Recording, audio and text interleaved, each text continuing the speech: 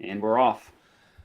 Hey, what's up, everybody? Welcome to the Sweat the Bet podcast brought to you by OddsJam.com. For those of you who are into sports betting, if you have not checked out OddsJam.com, I'm not sure what you're doing because OddsJam gives you powerful tools as a sports bettor to try to get an edge back. Look, the reality is, I don't care out there how good you are, how good you think you are at picking winners, but the house has the edge on you, so you need help to get the edge back.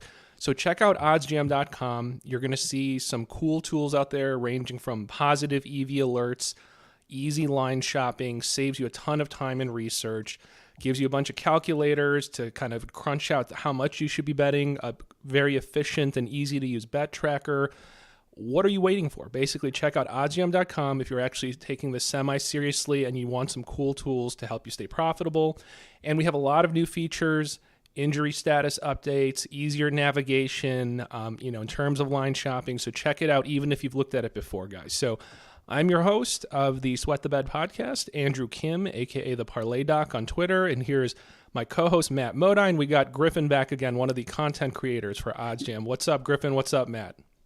What's up, gentlemen? How we doing? Good. Doing great on my end. Appreciate you guys having me. Glad to be back. Man. Fun times, man. So remember, OddsJam, OddsJam's podcast here, the Sweat the Bed podcast. We're available on all major podcast platforms. We're live streaming right now on multiple platforms. Check out our YouTube channel.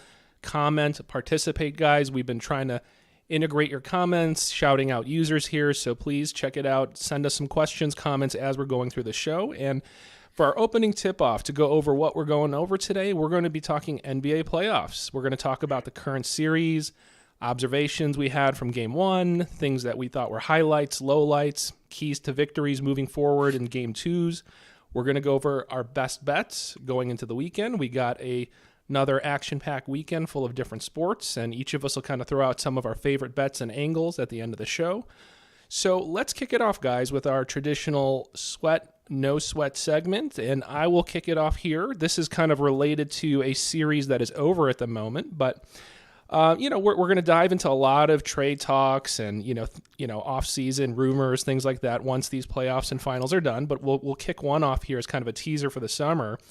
So it's been a talk a lot right now in rumor circles and stuff. But here's a comment I have. So it's in the Utah Jazz's best interest to basically move on from Donovan Mitchell at this point. So throw out issues with caps and luxury.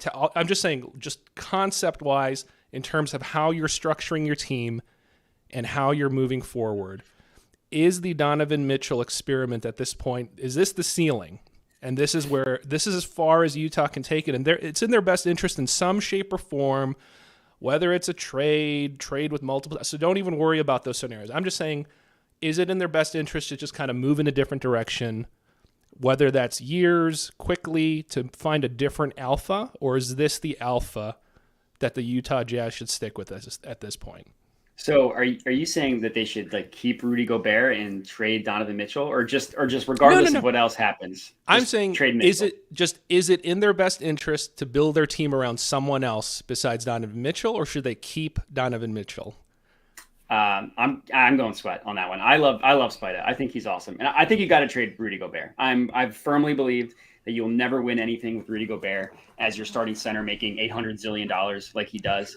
Spida probably needs to start trying on defense. I just think he just hates everything about playing with Rudy Gobert and playing with the current iteration of the Jazz. So I'm going Sweat. I think Rudy Gobert is the one you got to trade there. I think you keep Spida.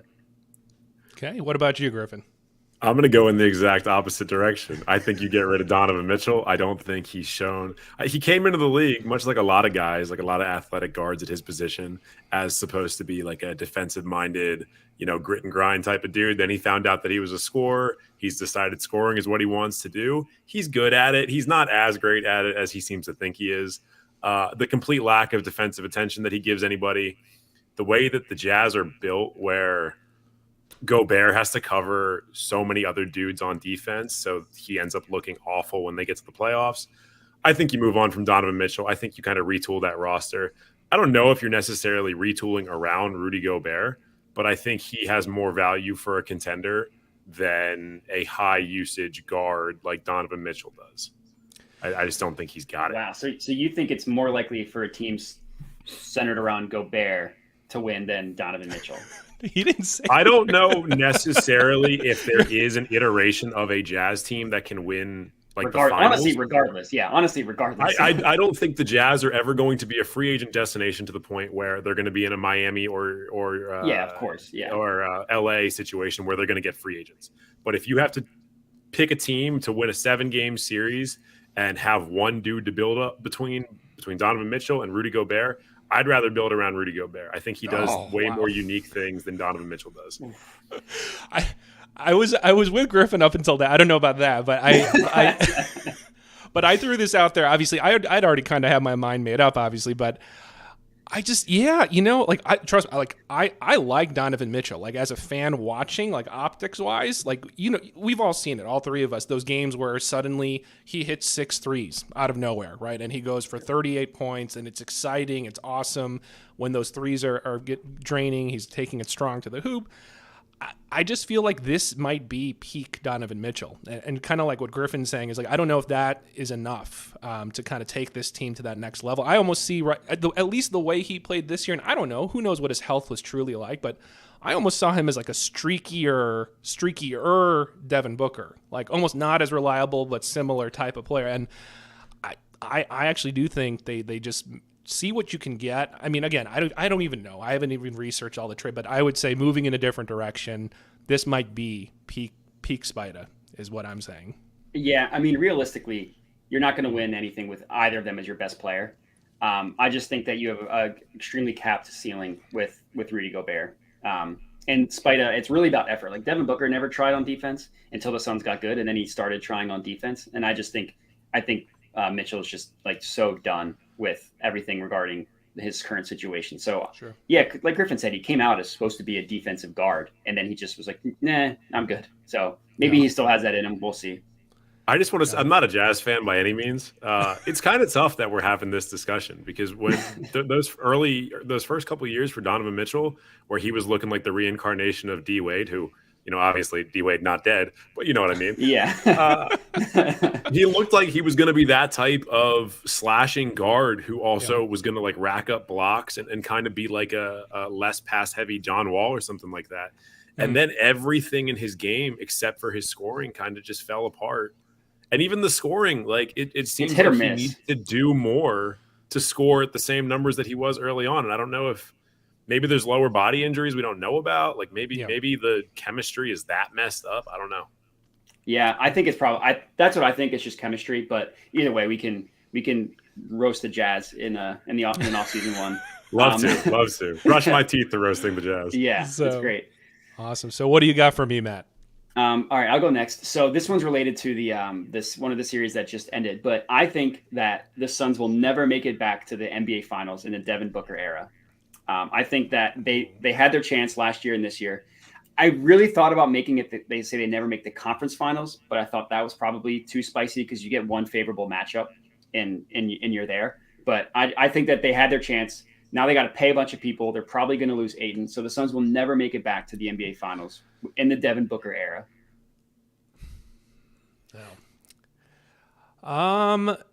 So give me, do either of you know, what is the status of Chris Paul? Is he in terms of his contract? He's got 2 years left? Okay. 2 years all left. right. 2 years, okay. $90 million. 2 years, a lot of money. And then 2 I think years, it's $90 million.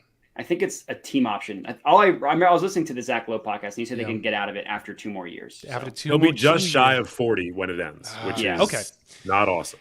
Okay. So if that's the window, then I'm going to say no sweat. I agree with you. I'd say no sweat. I don't think it's going to happen then because I think the window is now. And they had their chance. Like, they blew it. This is their chance. Like I see it as like this is a well-built, well-balanced team, right? I mean, you have role players who know and are more than happy and willing to play their roles. Good team chemistry. Devin Booker's in his prime. So I mean, if we're talking Chris Paul's going to be around, I'd say no. So I think that's a problem for Devin Booker, honestly. So you think Chris Paul being there is a problem for Booker. You think if they, okay, interesting. I absolutely agree with that. Yeah, I think that's the problem. So that's why that was my first question. How long is CP going to be around? I actually see that as the problem holding them back at this point. Yeah, so, I mean, I don't disagree. Yeah, so I would say no sweat. Yeah, I'm on the same page as well. Pretty much everything you just said. I think CP is, look, one of the best guards that we've had in our lifetimes. I'm not gonna slander his name. Obviously there's playoff collapses. Yeah, I'm not gonna do the Pat Bev thing. I'm not gonna get out there as a career role player and start talking shit on an all-time great. The reality is, he's old. He's old, and he's always had an injury. Even when he was a young man, even when he was fresh in the league, he had an injury history. He's had collapses at weird times. Sometimes they're his fault. Sometimes they're not. Sometimes, it's his supporting cast that lets him down. But there's something to the Chris Paul-led teams where, the going gets tough and they get out of Dodge.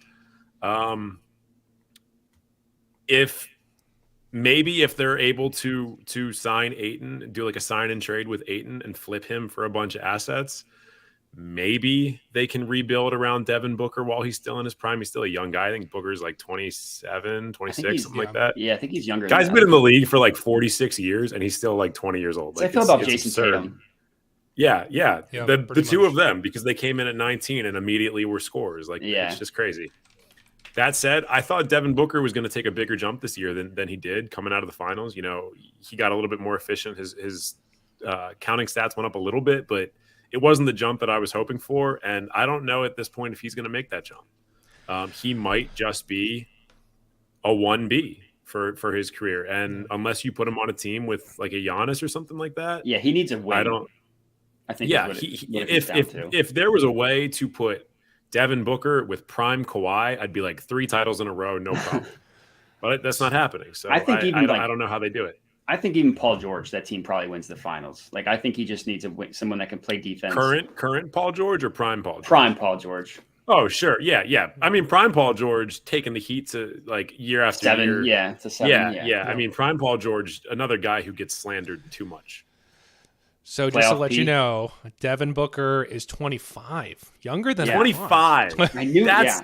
He's so frustrating. He's 25. He's gonna turn 26 in October, but he's 25 right now. That's 6 months from now.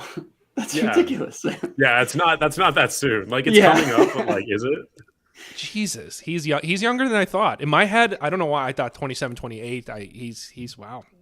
I mean, he feels like he should be 27. He feels like he should probably be very slightly younger than Bradley Beal, and I think Bradley Beal is probably 28, 29. Bradley Beal's 28 years old. Yeah, it's madness. Yeah, I mean, Devin Booker's obviously achieved more despite taking longer to get to the playoffs. In one playoff run, he did more than Bradley Beal's done in 9 seasons.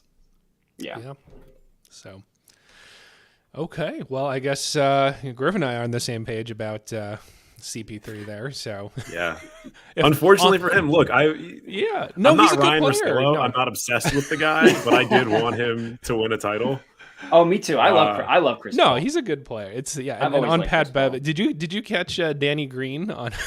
Yeah, he was you're a traffic cone to Luka too. Yeah. I think Danny Green basically said, "Keep Chris Paul's name out your mouth." Yeah, it's hilarious. That was pretty funny. And then people started slandering Danny Green, and it's yo, Danny Green was an instrumental part of 3 titles. Do not slander Danny Green. He's not what he used to be, but icy hot. Come on. Yeah. Danny Green, Robert Horry are in a class of their own. I swear to God, as role players. Oh yeah. And if Danny Green ends up being a coach, then you throw in Steve Kerr there. Yeah. I don't know if that's the route Danny Green wants to take. He probably made a lot more money than Steve Kerr ever did. But I think Danny Green he wants to pull a JJ Redick. He wants to get on the podcast game. He already has his own. That's what he wants to do. That's the new hip thing. Instead of becoming coaches, all the young players, they just want to become podcasters now. Yeah. So, all right, Griffin, you got one sweat or no sweat for us here? Any kind of hot takes for us? Yeah, I don't know how hot of a take this is, and it's a little bit more short term compared to yours. 4 star players, I guess, in my opinion, that are left in the playoffs. Got Jimmy Butler, Luka Doncic, Steph Curry, Jason Tatum.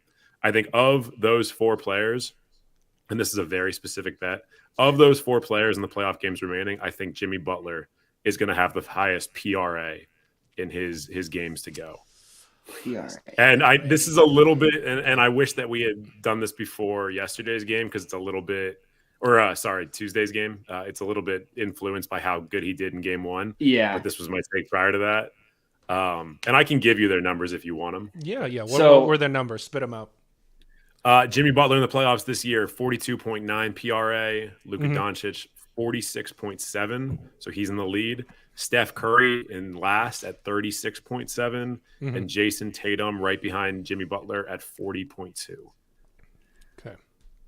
So basically, I'm assuming Jimmy and Tatum switched places after that game one performance. Yeah. So I'm assuming this is like on average, obviously, like if Oh, that's tough. So you're saying through the remainder of the playoffs? Is that what you're saying? Yeah, I'll say remainder of the playoffs. I don't really want to take what they've done thus far. Yeah. Just because, different amount of games for different players. Man. That's tough. Okay. PRA. I want to go sweat. That's like, I'm like 50.1% sweat. Or sorry, I clicked the wrong graphic. I'm like barely sweating. It's like a brisk walk. I'm barely sweating. I think it's probably going to be Luka. I mean, he just like wakes up and gets 30, 10, and 10. Like good as Jimmy Butler is, the Celtics, and we'll talk about this in the series part, we're missing 40% of their starting lineup and probably their two best defenders. So Jimmy Butler's incredible. I think he'll continue to be incredible. I just think he might be a little bit less incredible than he was in game one with Horford and Smart back. So I'm taking my dogs out for a walk on a 70-degree day, and I'm barely sweating. Getting a little glisten going. Exactly. A little moist. Yeah, I would have to say of those, I'd go with Luka just because of, just quickly, I'd say Steph, the pool is just too dilute. There's too many options, where on any given night. I see what you did there. There's too many options there. So it makes, that doesn't surprise me that he's kind of ranked at the bottom already. So, I think the Jaylen Brown factor, that they could switch off nights where, Brown is going to go off one night, Tatum has a big night one night, and that's going to dilute his stats to some degree as series drag on. And I think Luka is going to have to revert to like hero ball, through this series. That it's just, I think just because of the sheer nature that I would roll with him. I think of those four. So yeah, I would. I think if it's not Luka, it'll probably be Jimmy. Yeah, one of those two. Yeah, I think it'll be Luka. He just like the assists and rebounds he racks up more than Jimmy Butler, which I think will end up doing it. And he can still put up 40. It's not like he can't score. Luka also, I'll say, does it the most seamlessly. Yeah. Like he's one of those guys that you think is having a quiet night, and you look at his box score and he's got like 27 and 6 or something like that, and you're just now starting the second half, like, and he's laughing the entire time, which was the nail in the coffin for the Suns when Luka was just laughing at them while he was burying daggers in their faces. Oh. Yeah, that was brutal. I mean, that meme of him laughing at Devin Booker, I see that in my sleep. Yeah. Yeah, and he wasn't even like he wasn't doing the rock the baby. He wasn't doing the too small. Yeah. He was just laughing. Yeah. Which it's like the opposite of LeBron's Celtics games where he looked like a demon. Oh yeah. Terminator. Where he looked like the most evil man to ever play basketball. Like Luka just looked like he was just having fun out there. No, it's like he was a kid on the playground, and I think that's just like it's like people didn't even get turned off by it because it's just like he's just out there literally living the dream, like living the dream. They will get turned off by it. I don't know if you remember when people had to conjure up stuff about Steph Curry, and they were like, he chews his mouth guard in an annoying way, and it's like, what are we talking about here? It's like if he wins, people hate him because he's now a winner. Like what happened to Steph. If he loses, then it's like, well, you haven't won anything. So like, what are you? So like, why are you acting like that? Yeah. That was what Dirk went through when Dirk wasn't winning. He was considered the biggest chucker in the game, or the biggest choker in the game. Then he finally won one, and his entire resume was looked at differently. Yeah, and like, I mean, there's not a person that you can dislike any less than Dirk. Everybody loves Dirk. Like he is the most likable human being in the world. Absolutely. Yeah. All right. So let's dive into our series now. So we'll go into our main segment, and we'll kick it off since tonight we have the Eastern Conference games going on. So let's dive into the Heat versus Celtic series. So I'll kick it off with some thoughts here. So, just 2 quick points, and I'll throw it to you guys. Obviously, I'm going to state the obvious here.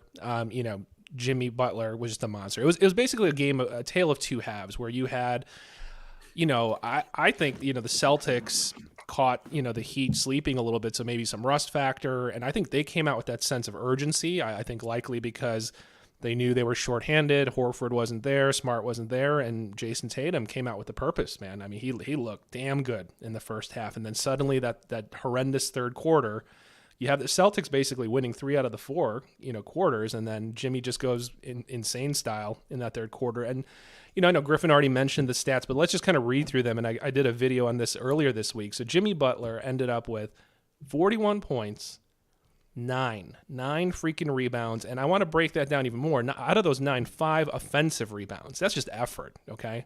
5 assists. And on the defensive end, let's give defense some love. 4 steals, 3 blocks. So monster on both ends, not just offensive stats.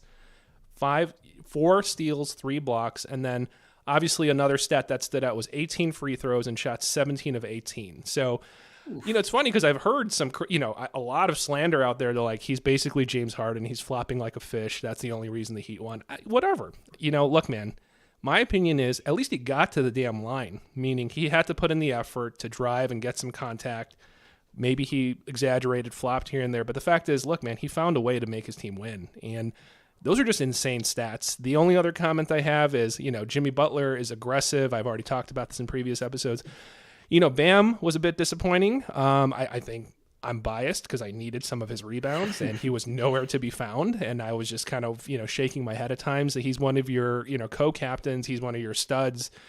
And look, I think that he's going to probably have a tough go this series overall, especially when, Robert Williams is maybe not cramping and, Horford's back tonight. So I'm interested to see if he can step it up and they can scheme to get him going. I think they need to get him going earlier on.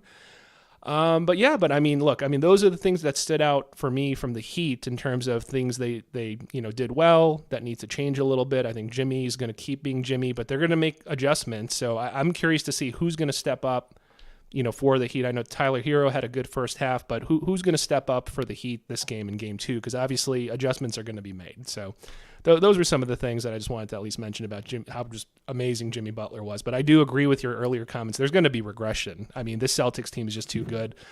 And I forgot who was it from OddsJam. Was it Randall? Somebody put out there and jumped on the Celtics to win the series at good plus Randall. money. Yeah. I jumped on that. So I want to be clear, as much love and I'm praising Jimmy Butler, I think, and I bet the Heat. I took the Heat -1.5. That was one of my bets.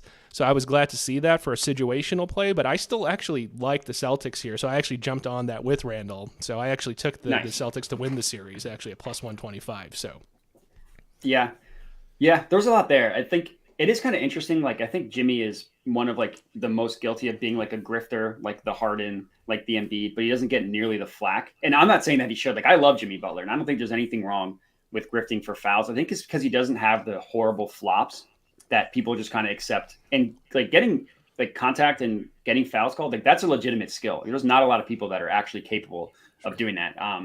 Jimmy's awesome. I think it's like overall, I feel like the way I think about it is it's hard for me to put a ton of emphasis on game 1 because like I mentioned before, like when you're missing 40% of your starting lineup and probably your 2 best defenders, like giving up 39 points in the third quarter starts to make a little bit more sense. So I still like a pre-series, Smart and Horford being out, I said Celtics in 6, but I also agree with you. I thought the Heat would win game 1, but I try not to make like too much out of it, but I don't know. I kind of go back and forth. I'm not confident enough to say that Celtics are going to win the series, but I also am kind of contradicting myself because I don't want to put too much emphasis on game 1. So I'm morally just conflicted in how I feel. But I think the biggest thing for me is the reality about the Celtics is they're like every game they're going to need Tatum to go berserk. And I feel like he kind of has the tendency to just randomly disappear like he did, like you mentioned in the third quarter, where you're just like, wait a minute, it's like it's 8 minutes have gone by and I haven't heard Tatum's name once.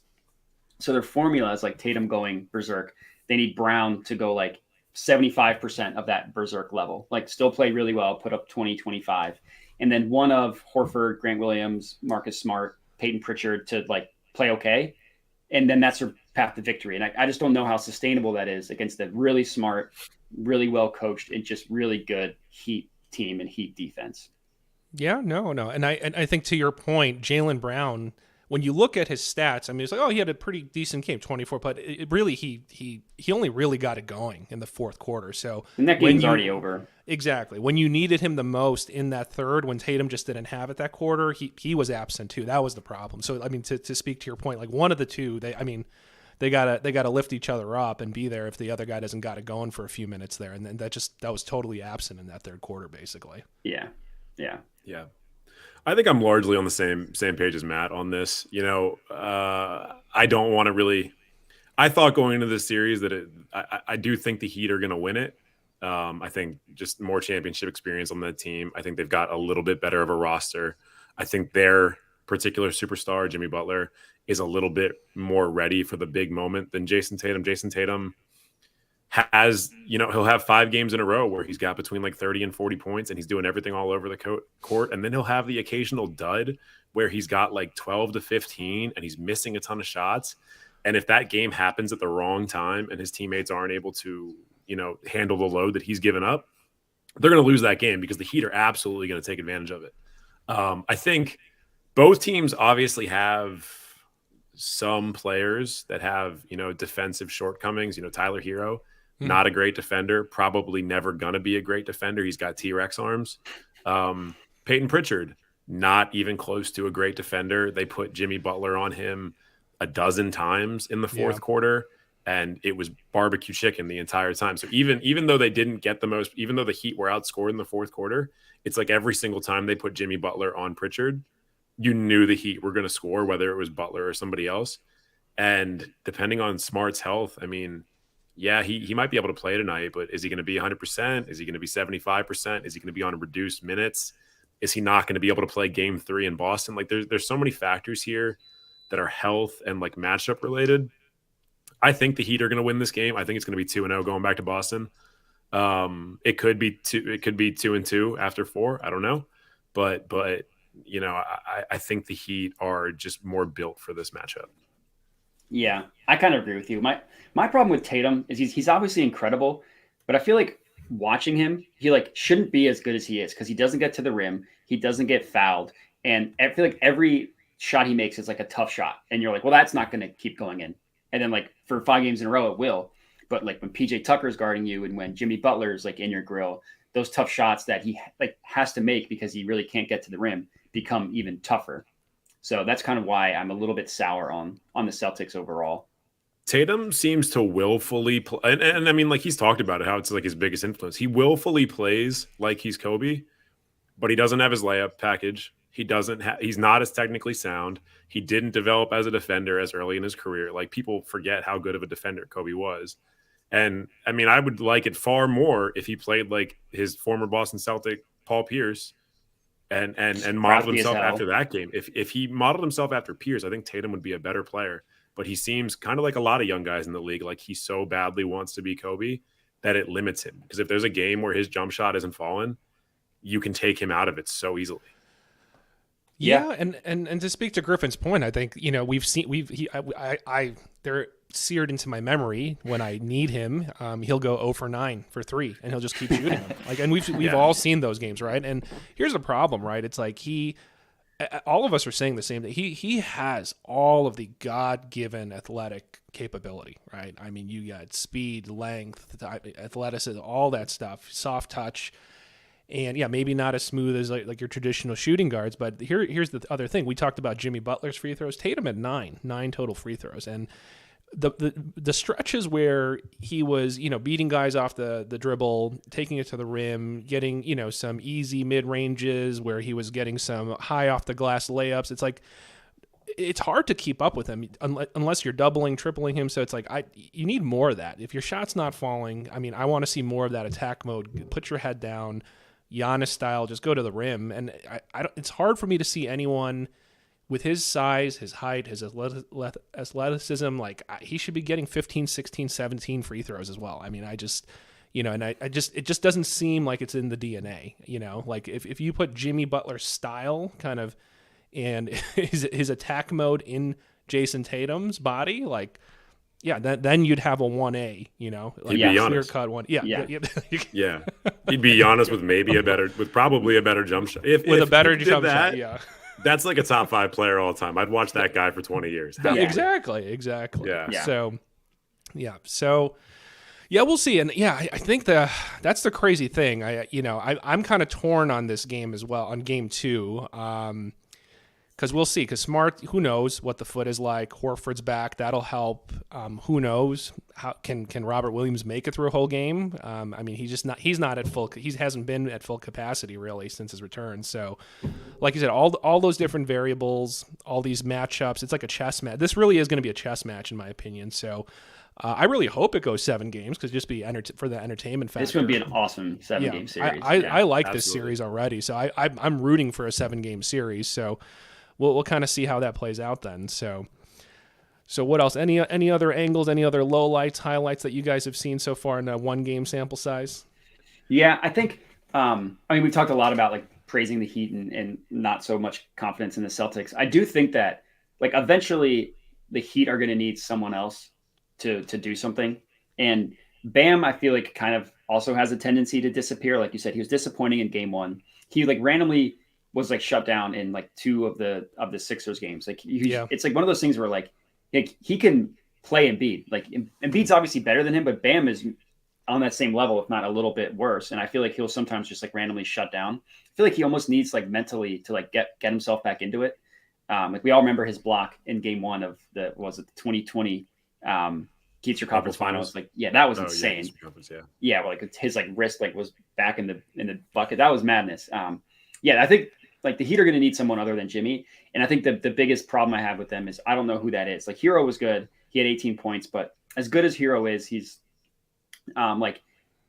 he's like a microwave scorer who can't play defense. And if he can't get it going on offense, then he's a net negative on the court. And you don't have anybody else in the Heat that you're comfortable with just like giving the ball and being like, get a bucket. I think that's always been my problem with the Heat. A lot of their offense is motion based, kind of like the Warriors, just without the high level scores that the Warriors have.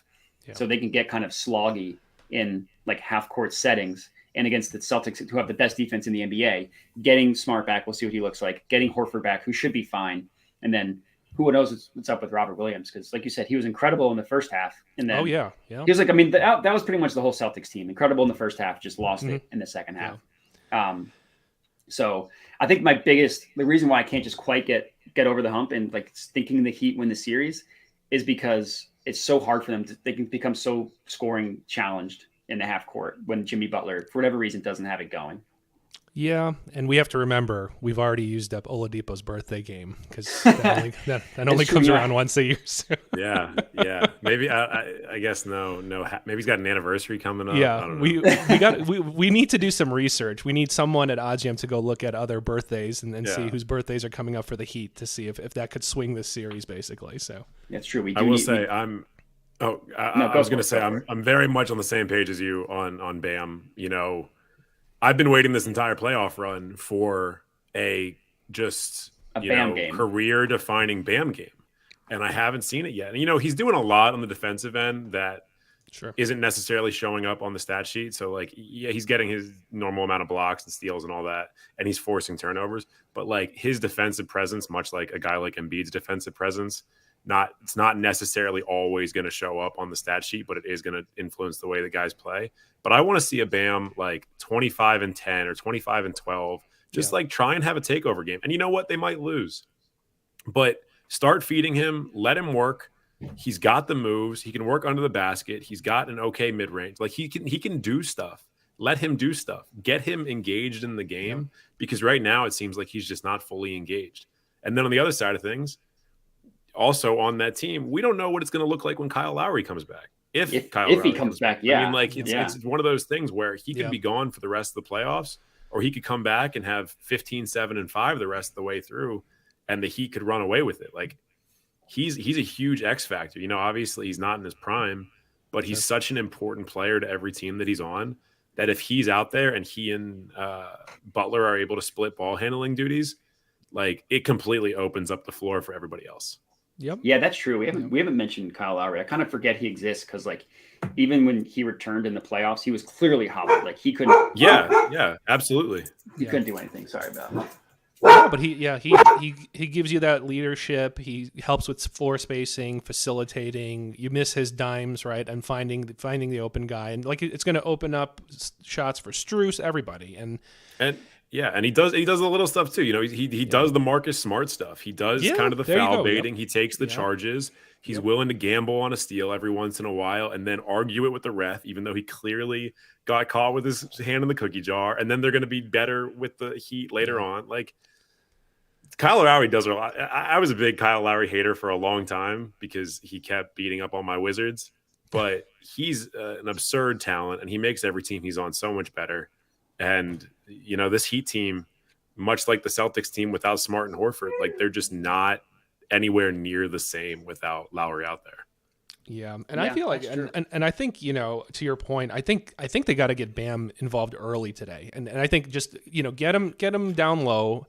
And I just feel like get him engaged and good things are going to happen. Because, look, we saw stretches, right, in the regular season where, we know he can score, we know he can board, but look, he's actually pretty decent when it comes to facilitating. There were stretches when they were so shorthanded, games where they didn't have Butler, didn't have Lowry together. And, like, there were games where, you know, Bam was the focal point, and he can find the guys, and he 5-6 assists. He had a pretty long stretch where he was getting that. So it's like, get him engaged, get him involved, make him an important part. He's going to either score, get to the free throw line, find the open guy, kick it back out. But I feel like they got to make him a bit more of the focal point, get him involved like the first quarter, get him engaged, basically. It's that traditional, we always talk about it, getting the big man involved early, right? And it's what Phil Jackson won a ton of titles doing. You know, he'd get Shaq involved because otherwise Shaq would he'd get dejected. Powell would get dejected. Like if these guys don't get going early, they're not going to get going because by the fourth quarter, they've been running around on 280 pounds for 40 minutes. Like they're tired. They don't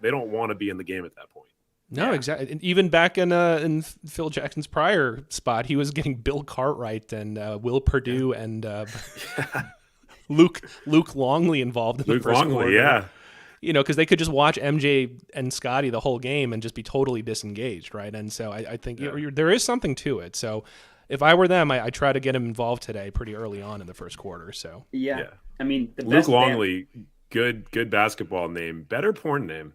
I feel like he had a backup career if he wanted it. It's a good point. That dude hates Jordan in that way because he was pretty harsh on Jordan in that Jordan documentary. Yeah, in that series. I don't think any of Jordan's teammates are like, yeah, he's fine. Like it's either you fucking like pray at the short church of Michael Jordan, that's or true, you're like, fuck that guy. That guy sucks. Like, even Scotty is kind of like, yeah, he actually kind of sucks. Scotty. Okay, let's not dive into what's going on with Scotty. Scotty is. Yeah, he also sucks. I'm just saying. Yeah, Scotty's in that Kendrick Perkins mold right now, where he's like, I'm just going to go on a media tour and say some stuff, and someone's going to pay me to do it. Yeah, exactly. There you go. Yeah. There you go. The only thing I was going to say about Bam is that the two best games he's played in the entire playoffs is when like he was playing against DeAndre Jordan and Paul Reed. Like, can we see it against some actual competition? Don't let Doc his misgivings, be the best you look in the entire playoffs. You mean the corpse of DeAndre Jordan's not an All-NBA center anymore? Well, to Doc, he's not catching 8 lobs a night. Yeah, him versus Blake Griffin. That would be that would be the one. Just what's battle that? Of the corpses. The two of them, their bodies just deteriorating. Yeah. It's something like happens with people that are so reliant on their athleticism. It's just like overnight they're just toast. Yeah. Like they just can no longer be on a basketball court. It's crazy. Yeah. Griffin tried to account for it. You know, he developed his ball handling. He could shoot. A much better passer. His shot got a little better. He had that All-NBA season with the Pistons. And then his lower body exploded. Like, he got like one little bit of juice out of it, but he used it on the Pistons.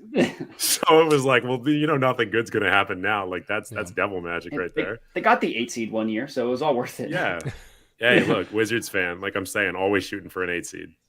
That's true. All right. Now circling to the Western Conference, the Golden State Warriors, obviously, up one game versus the Mavs. So 1-0 at the moment. So you guys kick it off. What were your thoughts and takeaways, things that you saw in game 1 of the Western Conference Finals?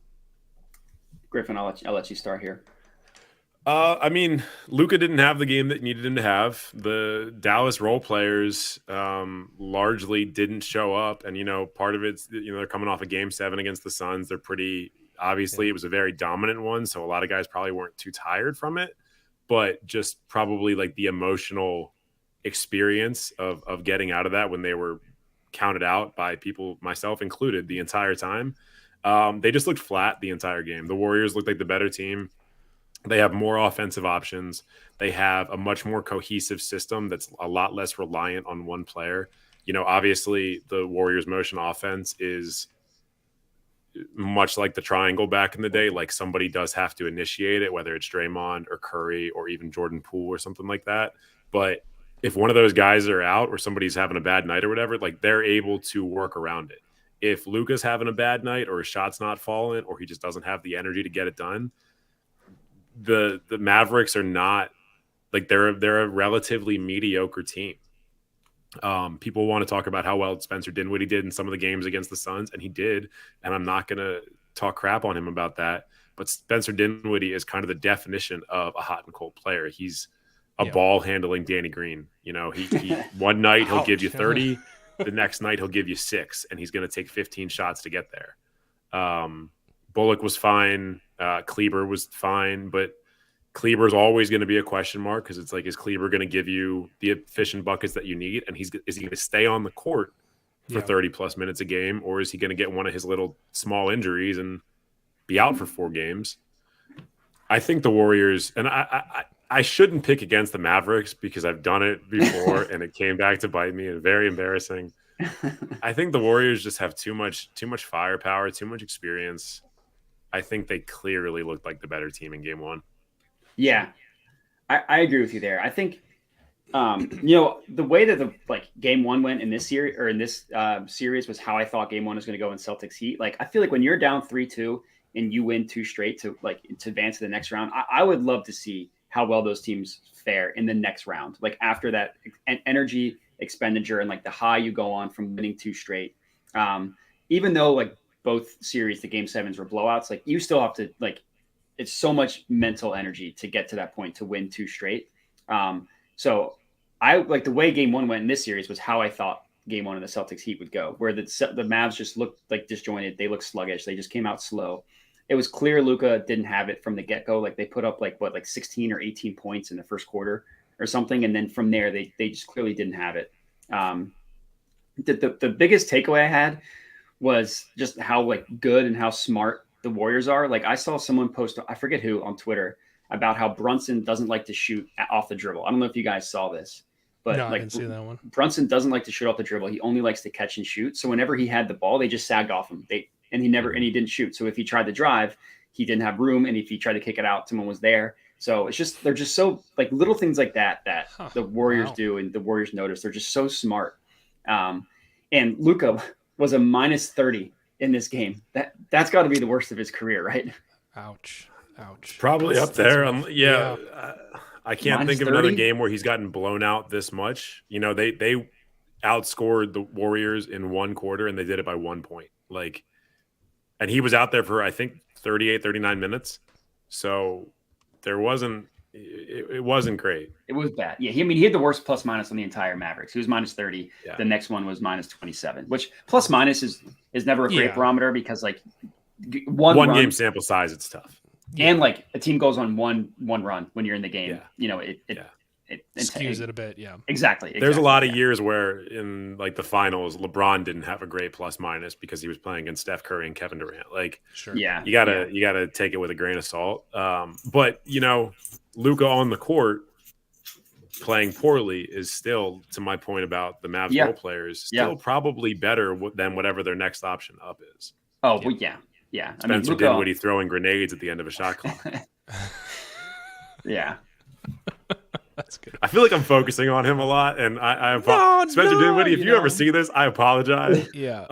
But no, it's funny because when you bring it up, it's I've never been. I don't not like the guy. I've just never been a huge Dinwiddie fan. I know there was some excitement about him in Brooklyn, and he had some stretches where when all those injuries were happening to the studs, and he like you said, he's a nice piece and he can step up in certain moments, but like to sustain that and be like a 1B or, it's just, I just haven't seen that. And I've never been a huge fan of him in terms of like a star, quote unquote star level. I'm not even saying superstar, but I wouldn't even put him in the star category per se. I think others might disagree with me, but I think he's just a nice piece, and maybe not the most consistent piece. So you're right to your point. I mean, who is that going to be, right? So right now, I don't see much of a game plan besides Luka has got to play a good game, and the role players have to hit their threes. They were 11 for 48, right? 11 for 48. Here's the scary part, though, right? Even with the massive dominance in this game from the Golden State Warriors, they won this and were this dominant with shooting 10 of 29. 10 of 29 from three.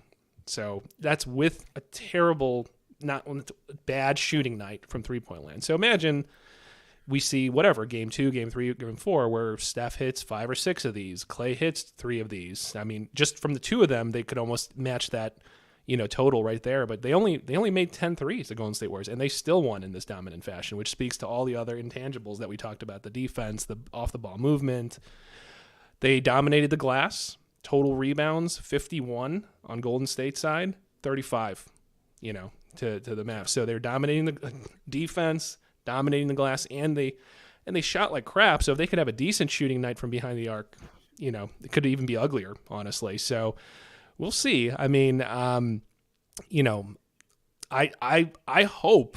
I want this to go long as well at this point with only 2 series left. Yeah. Like I want both of these to go 7 games. So I really hope that I don't know. I don't see it happening. In my opinion, I don't see that happening game 2, but I'm hoping that the Mavs can kind of steal one, at least one at home. And to speak to your comments about the, a team coming off a series in the previous series, then traveling on the road, it's not exactly what you're talking about, but Action Network, they put out some stats like the other day, referencing it more for like for the Celtics, but they said that like teams who won a game 7 and then had to travel for the next series to be the visiting team with like a day of rest, or I think it was some lopsided statistic. I think it was like maybe the home team favorite that had that extra rest were like 66, 67. I could be off by a few percentage points, but it was very lopsided. So part of that, I actually kind of factored that in. It was like digging into that a little bit. That's what kind of convinced me to take the Heat in that series. So had I been smarter, I would have also done that for the Golden State spread. I didn't do that. I had their money line in a couple parlays, but I don't know why. I should have pulled the trigger. I think it was just that fear of the Luka, the fear of Luka, basically. And Golden State's just weird. Like they'll go 2.5 games without showing up.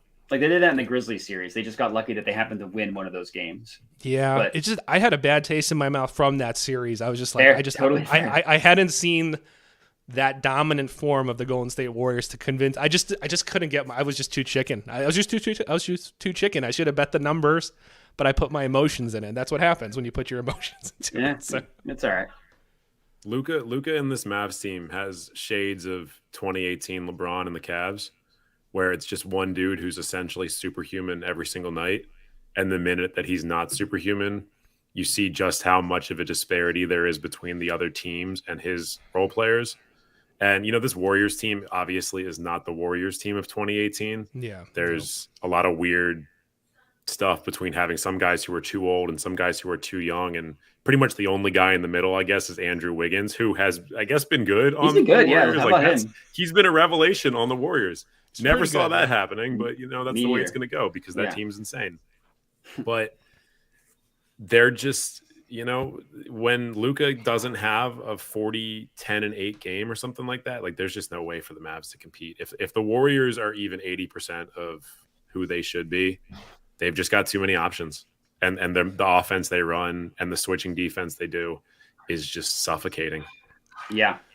Yeah. It's like the Warriors we talked about in the last series, they just play with their food. Like I think at a minimum, this game's probably going 6 because the Warriors will have 2 games where they'll shoot 9 of 28, like kind of like what they did in game 1, but their defense won't be there. The turnovers, like they were surprisingly like 15 turnovers is like for the Warriors is fine. Like most teams, it's bad. For the Warriors, 15 turnovers is fine. That might be low for the Warriors. That's a good Tuesday for the Warriors. Yeah. For they're not secure with the ball, but just like during their championship runs, it largely hasn't bitten them. Obviously, you've got Game 7 against the Cavs where it bit them, but for the most part, like they're fine playing that loose style of basketball because they can just beat you on talent.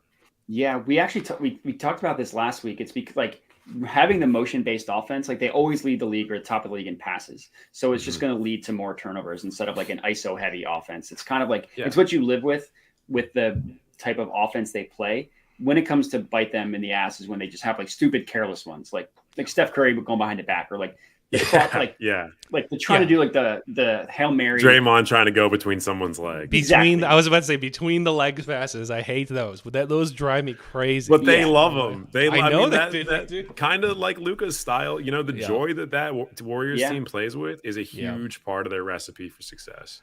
True. And if you take that away, then are they the goal? Are they the modern iteration of the Warriors? I don't know. All right, so lightning roundtable, guys. Winner of Game 2, winner of the series. I say Warriors. What do you guys got? Warriors in 6. Okay. Mavericks, Warriors.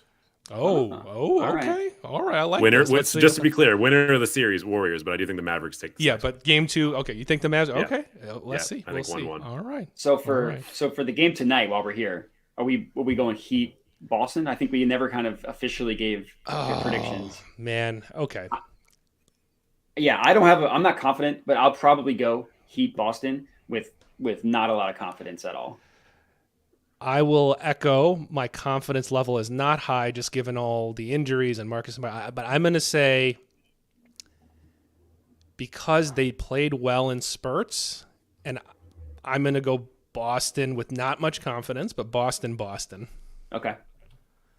I'll go Heat with just a ridiculous amount of confidence that I'm fully prepared to eat next week or in a future week. I was so confident about my Suns bet that I made a couple weeks ago with you guys. I'm just going to be confident about ridiculous things going forward.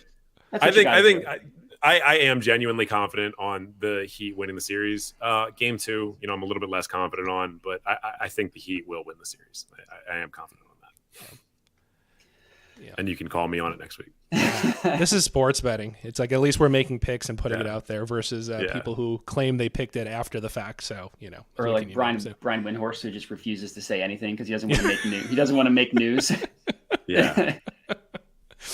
All right. So in our remaining time, for those of you who've been patiently waiting, and I've gotten a few DMs saying, "What the hell? Where are your bets?" Well, here are the bets, guys. Okay. So I know you've been waiting. So this is our segment of best bets. So we'll go around. We'll kind of share what we got for tonight or going into this weekend. So you guys, we'll kick it off. I got like 5, so I'll wrap it up at the end to not dominate this, and I'll run through it fast. So what do you guys got for your best bets for tonight or going into the weekend, guys? For tonight, I didn't have a good feel about the Heat money line or spread, so I set that out. The under is my favorite play tonight. I know we just talked about not liking unders, but I think the scoring in Game 1 I think was a complete anomaly, and I can see this game being like a 90s basketball, like 95-90 type game. I mean, this is the best defense in the NBA against the 4th defense in the NBA. I think tonight's going under. Okay. Yeah, I like that angle. I stayed away from that just because of my concerns about the missing pieces in Game 1. But yeah, I'll have to see. I'll have to go later on. But I could buy that possibly for this one. So Griffin's going the other direction though. You like the over better on this one?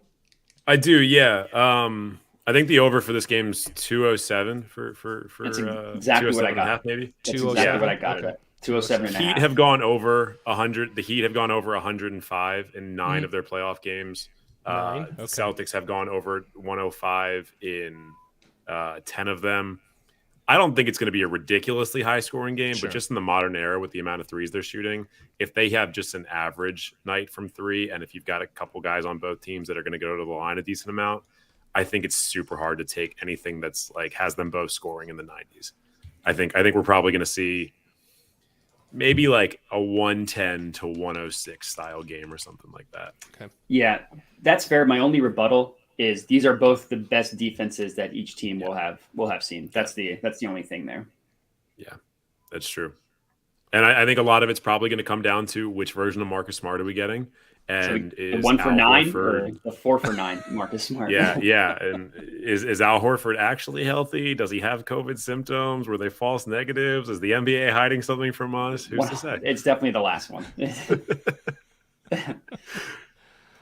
For player props for the game tonight, Jimmy Butler's over under 26.5, which do I just ride the fire? I struggled with that one. My favorite one ended up being Jason Tatum over 6.5 rebounds. To be fair, okay. I locked this in before Horford when I assumed he was out because Tatum got 8 rebounds in game 1 without Horford. Sure. But I still like it even without. You could probably get a better line on it now with Horford back and Smart back. But I think Tatum's going to have a good game. I think he will. And take me the under. I'm guessing there'll be a lot of missed shots, so just more opportunities for rebounds. So I got that at plus 100, but I'm sure you can get it at better odds now. So it looks like right now, so even factoring in the Horford effect, for lack of a better term, fantasy models have adjusted some of their projections. I'm looking at a couple different websites here. They're still projecting Tatum at about 8.9. So they still, a lot of these models still, even with Horford involved, they still kind of like that, it looks like. So just to provide you some false reassurance maybe, but reassurance going into the game on that. I'll take anything. So, all right. Anything else you guys got? Quick one. Go for it. Yeah, Tyler Hero under 6.5 rebounds and assists. Under 6. Okay. I don't hate that. He doesn't. I mean, he's been. He's got some games where they're having him play way more primary point guard, and he's going to get more of that. I think in this series, because of how they match up with the Celtics, they're probably going to try and minimize that as much as possible, and they're just going to have him be like the hot hand off the bench. They'll let Jimmy Butler do a lot more of the ball handling. Tyler Hero, obviously not a great rebounding guard by any means. He's an okay passing guard, but I don't have a ton of confidence that they're going to give him the space to do a lot tonight. Okay. I like that one. I hadn't thought about that. I like that one. I like the angle. I do. For all the same reasons you said. I mean, I see that he is going to be in the role of we just need your points tonight because we need somebody to help Jimmy. So that as basic as that sounds, I think that's the logic. So that's an interesting one. Okay, cool. Sounds good. Plus money on DraftKings. Plus money on DraftKings? Okay. Yeah, plus 110. Gotcha. And that bet could be wiped away after one quarter. Maybe Tyler Hero. Yeah. Maybe they're like, yo, man, run the ball for 12 minutes, do whatever you want. Be Russell Westbrook with shorter arms. Maybe. It seemed, again, it's a one-game sample size. He looked like he was in a shoot-first mentality, right? So, we'll see. Hopefully that's really all they can count on. Like I said, he's okay at all this other stuff. I'm not going to say he's bad at it, but there are better options on that team for all the other stuff. So if I'm the Heat and I'm trying to hide Hero as much as possible, I'm getting him the ball in handoffs. I'm letting him shoot from beyond the arc. I'm not having him as the primary ball handler because, especially if Marcus Smart's in the game, they're gonna dog him and he's not gonna get passes off. He's gonna be hounded under the basket every time. Yeah, I like it. I like that one. All right, so I got a handful here. So I'm going to just whip through them really quick for the sake of time. So I got 5 bets. All right, so I'm going to run through them very quickly. So even though I said I'm not the most super confident, so keep that in mind. I think I am going to take the Celtics money line tonight. Snag that at right now. I don't know where it's at right now, but plus 105. At Barstool or Bet Rivers for all the reasons we said. I saw it as until that crazy third quarter, for a lot of the other stretches, a pretty close game. I'm hoping with Horford coming back, that could be, an X factor for them. Jaylen Brown was somewhat disengaged for a lot of the game. So if he has a better game, I think it's going to be a lot tighter. So I see this game going down to the wire. Obviously, in my mind, it's somewhat of a pick 'em, but I'll take the value on the Celtics at plus money. Second play for tonight, Jaylen Brown, over 23.5 points, minus 115 on DraftKings. He's projected for, I don't agree with the projection models, but some projection models have him at like 28-ish. I think that's a bit too high and a big ask, but he did cover 23.5 last game, and that was with a bad game. That was a bad game. He only got garbage points in the fourth, and he still covered it. So if we see him a little bit more aggressive, some more free throws, hit a few more shots, attainable in my opinion. So I'm hoping for and expecting a more aggressive Jaylen Brown from the jump, not just the Jason Tatum show. So I am taking Brown over 23.5 points on DraftKings. Last ones, I got a FanDuel boost. I don't always take these, but I'm taking a boost on FanDuel that's at plus 100 for Adebayo, and I'm hoping he plays a better game. So a bounce back game for Bam and Jimmy Butler to combine for 40 points. So they just any whatever the ratio is, they just have to hit 40 combined. I like that too. Plus 100 odds. So you That's can on max. FanDuel? Yeah, FanDuel max bet 50. So you could bet up to 50. So I just maxed that out. I took the 50 on that. I like that. So hopefully I don't lose all of these. So hopefully it's a good game, and some of these guys score some damn points. So those are my ones for the basketball game. I got two other sports, and then we'll wrap it up here. Tennis. So I do follow women's tennis, and for those, it's a weird niche that I've been posting a lot about. People have been following me on Twitter for a couple years on that. So I am taking Claire Liu to beat Bondar. So Claire Liu money line minus 121. This is a clay match. And you can grab that on Bovada. I think the lines have been shifting quite a bit, honestly. So I did take this earlier in the day. So I don't know where it's at now. But Claire Liu money line, she's 12-2, kind of catching this little heater, playing very well on clay courts. I think the heater will continue against someone who I see as kind of evenly talented. So I think on paper, this is kind of a pick-em match to some degree, but in terms of like recent form, Claire Liu has just been amazing. So I'm hoping this is one of those weeks where she's gonna, just dominate and continue that trend. So I would just take her money line. If you want to get a little friskier, you could take 2-0.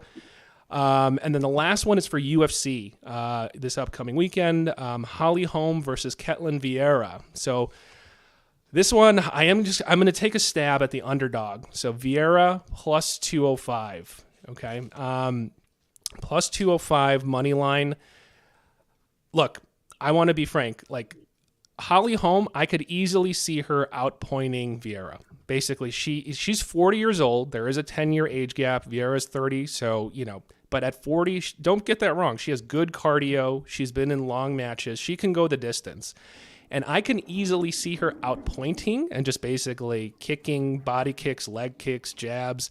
And then the judges are just going to give her the match by decision from just outpointing Vieira. But I think Vieira tends to be someone who goes forward, not backwards. If she can crowd Holly Holm, close the distance, those kicks aren't going to be as effective when you're being crowded and someone's trying to clinch you. So if she can change the game up and not settle into some jab fest or kick fest, close the distance, dirty clinches, press Holly Holm against the fence, make her uncomfortable, maybe a few sweeps and takedowns. I could see an upset here, and I could envision it. I envision a lot of things that don't always work out, but I can envision it, and I like the plus 205. I don't think this should be this lopsided, in my opinion, so I am going to roll with Vieira as a big underdog at plus 205. I think she has the tools and the physicality and fearlessness to be willing to march forward into some of those kicks, to eat a few, to just make it uncomfortable for Holly Holm. So that's my UFC underdog play for the weekend. Some of that sounded kind of erotic, just hearing a couple of different words. Wasn't sure what we were still talking about. Twitter hear you say that. Matt's going to get canceled by... Which, sure from what I understand, probably good for your career. I don't know. It seems like every time someone gets canceled, they get a Netflix deal. Yeah, so it's true. So good for you, Matt. All right.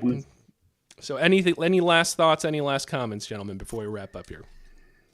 No, I know we missed the Sixers graveyard shift because the season ended or the day of our last episode. I just want to say my life has improved dramatically since that. So it's an initial sadness of about 24 hours, and then it's like, oh, I forgot what my life is like, not having this dark cloud over it every single day. So there you go. A little bit of a spin zone. At least you get to like feel the excitement of like being a high seed going into the. I mean, like, yes, I'm also a Lakers fan, so I've been I've been in a good spot that way. But as a Wizards fan, everything sucks and has sucked my entire life and will probably continue to suck for the remainder of my life. Yeah, I live in that depression. That's how I eat. Yeah, you're born in darkness. Yeah. So as a Bulls fan, I will say to the Lakers fan, please don't take Zach LaVine away from us. Okay, don't take away our excitement. I hope he doesn't go over to the Lakers. I don't even know what we could give you for Zach LaVine unless it's LeBron James. It's LeBron James. I mean, like that's what we could give you for Zach LaVine because they're not going to be like, yeah, we really want Russell Westbrook. He seems like he's still got it. Yeah, if this were the old, if this was before AK was here, overseeing this team, Garpax regime. we might have actually. So Yeah, I would, probably. But now, yeah, but, for star power. But with the new regime, you're right. I agree. You guys have a So, smarter front office. The Lakers do not. I think it's just some variation of the Bush children and Rob Pelinka. Yeah.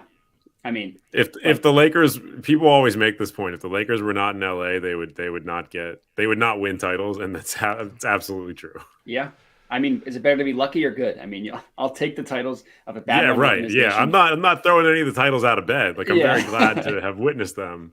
But if they were still in Minnesota, I think they'd probably be worse than the Wolves. Yeah. All right, guys. Well, thanks for tuning in for another episode of Sweat the Bet. Thanks for joining me, Matt Griffin here. Let us know on Twitter if you're going to follow us, tail us, fade us, laugh at us, whatever. But let's see how these bets turn out this weekend, and we'll recap it next week. So thanks again. Remember, subscribe, follow us on all the podcast platforms, YouTube, TikTok, Instagram. We are everywhere, guys. So check out oddsjam.com. Take it easy, everyone. Thanks, guys. Thanks again for having me.